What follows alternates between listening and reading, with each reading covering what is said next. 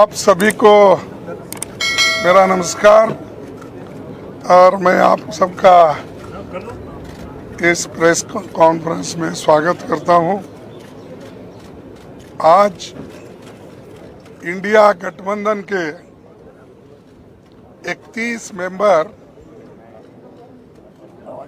राष्ट्रपति जी से हम मिले और मणिपुर में जो घटनाएं घट रही है उसके बारे में जो वहाँ एक इंडिया गठबंधन के लोग 21 लोग डेलीगेशन में गए थे। हर पार्टी के नेता लोग उसमें शामिल हुए। वो खुद ही आँखों से जो वहाँ की स्थिति को देखे हैं वो पूरा हमारे राष्ट्रपति जी को बताए और हमने एक मेमोरेंडम भी उनको पेश किया और किस ढंग से अब तक वहाँ पर घटनाएं घट रही है, खासकर महिलाओं के ऊपर अत्याचार, स्त्रियों का जो नंगा परेड किया गया, 500 से ज्यादा घर जलाए गए, 5000 घर जलाए गए और हमारे 200 से ज़्यादा लोग मर चुके हैं और 500 से ज़्यादा घायल हो चुके हैं। तो और 60,000 लोग स्थापित वो रिहेबिलिटेशन दूसरे जगह किया गया है, जिनको खाना नहीं, पानी नहीं, समय पर उनके बच्चों को जो औषध मिलना चाहिए वो भी नहीं, बीमार लोगों के लिए कोई व्यवस्था नहीं। ऐसी परिस्थिति में वहाँ लोग रह रहे हैं।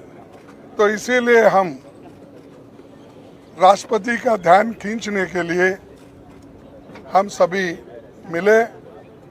उन्होंने कहा ये जो आपका मेमोरेंडम है मैं इसके बारे में सोचूंगी, ऐसा उन्होंने आश्वासन दिया है।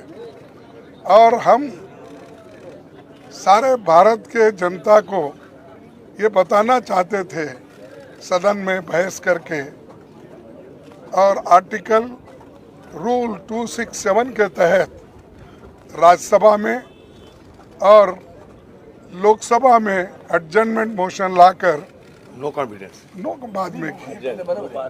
तो लोकसभा में एडजर्नमेंट मोशन और राज्यसभा में 267 ये हम बार बार लाते गए और राज्यसभा में तो कम से कम 65 लोग रोज 267 में नोटिस देते थे, लेकिन उसको सरकार रिजेक्ट करती थी, बोलने नहीं देती थी। ये एक वहाँ पर स्थिति बनी। और दूसरा, लोकसभा में जब एडजर्नमेंट मोशन देख कर थक गए थे तो आखिरी में अपनी बात रखने के लिए उन्होंने नो कॉन्फिडेंस मोशन मूव किया गया है और वो आज लेना था, लेकिन ये आखिरी में रखकर ये भी उन्होंने तय कर लिया है कि 8-9 2 दिन इसका बहस चले, फिर एक दिन रिप्लाई दिए और हाउस एडजर्न हो जाएगा। तो मकसद क्या है, चीज़ों को डिस्कस करने नहीं देना, समय नहीं देना, ये एक मकसद सरकार का है। और आखिरी में वो रिप्लाई देकर चले जाएंगे। तो हम इसीलिए हम चाहते थे कि जल्द से जल्द उसको चर्चा में लाना चाहते थे, ताकि हम उसको फिर काउंटर रिप्लाई और हमारे पास जो भी इंफॉर्मेशन है वो शेयर करना चाहते। वो भी मौका हमको मिलने वाला नहीं है, ऐसा मुझे दिख रहा है। अब राज्यसभा में भी बार बार हम उठा रहे, वहाँ पर भी यही स्थिति है, हमको बोलने नहीं दे रहे। यहाँ तक कि मेरे माइक को उठते ही ऑफ कर देते हैं। अपोजिशन पार्टी के लीडर को जितना रूलिंग पार्टी के लीडर को महत्व देते हैं, हाउस ऑफ द लीडर को, उतना ही हमको महत्व देते हैं।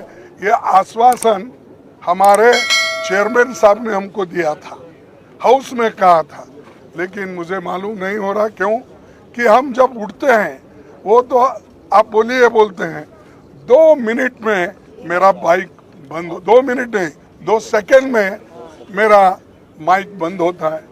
तो इससे यही जाहिर होता है कि डेमोक्रेटिक मेथड्स और डेमोक्रेसी के तहत ये लोग चलना नहीं चाहते, संविधान को बचाना नहीं चाहते और डेमोक्रेसी के उसूलों के तहत चलना नहीं चाहते। तो इसलिए हम एक होकर मजबूती के साथ लड़ रहे और लड़ते रहेंगे। और दूसरी बात भी हम वहाँ पर बताए, जो वहाँ पर सरकारी मुझे कहाँ से वहाँ पर वेपन आ रहे, मुझे हमारे ललन सिंह साहब ने बताया कि जो वहाँ पर हजारों वेपन्स आ रहे, सोफिस्टिकेटेड वेपन्स आ रहे, कहाँ से आ रहे, वो सब प्राइवेट लोगों के पास है। और जब 2 कम्युनिटी, मैती कम्युनिटी और कुकी कम्युनिटी, ये दोनों में अब जो लड़ाई चल रही है, इसको शांति के साथ रखना है तो प्रधानमंत्री वहाँ पर विजिट करना चाहिए था। 92 दिन हुए, अब तक वहाँ नहीं गए, उसके बारे में बोले नहीं, लास्ट में एक भाषण देंगे चले जाएंगे। तो ये बड़ी दुख की बात है। और पार्लियामेंट में ये नया नहीं है, 267 या एडजर्नमेंट मोशन, ये हमेशा पहले देते गए हैं। हमारे पास मैं पढ़ के बता सकता हूँ, लेकिन समय की अभाव से मैं नहीं कहूँगा। 13-13, 14-14 ऐसे उदाहरण है जिसमें 267 को परमिशन दिया गया है, सारा बिजनेस स्टॉप करके डिस्कशन लिया गया है। इवन एडजर्नमेंट मोशन को भी ऐसा ही डिस्कशन के लिए अलाउ किया गया, लेकिन ये सरकार ना डिस्कशन को अलाउ कर रही, ना किसी बात सुनने के लिए भी तैयार नहीं है। ये एक। दूसरी चीज, हरियाणा में जो दंगे हो रहे हैं वो उनके आंखों के सामने, प्राइम मिनिस्टर के ऑफिस से 100 किलोमीटर भी नहीं है, उसके अंदर है, वहां पर इतनी गड़बड़ी चल रही है, लोगों को जाके मार रहे हैं। ये कहाँ का रोल है? अरे दिल्ली से नजदीक राज्य में भी ऐसा होता है तो वो कोई उसका संज्ञान भी नहीं लेते, और ये दूर की बात तो अलग है। तो इसीलिए हम इस सारी चीज़ों को वहाँ पर बताएं, चाहे हरियाणा का हो, और मणिपुर का मुद्दा तो 92 डे से हम उठा रहे हैं, वो भी है। तो इतना सारी चीज़ें हम बताएं, बताने के बाद वो देखने का या सुनने का उन्होंने भी काम किया, और वो बोले कि मेमोरेंडम हम भेजेंगे। इतना कहते हुए मैं अपने शासन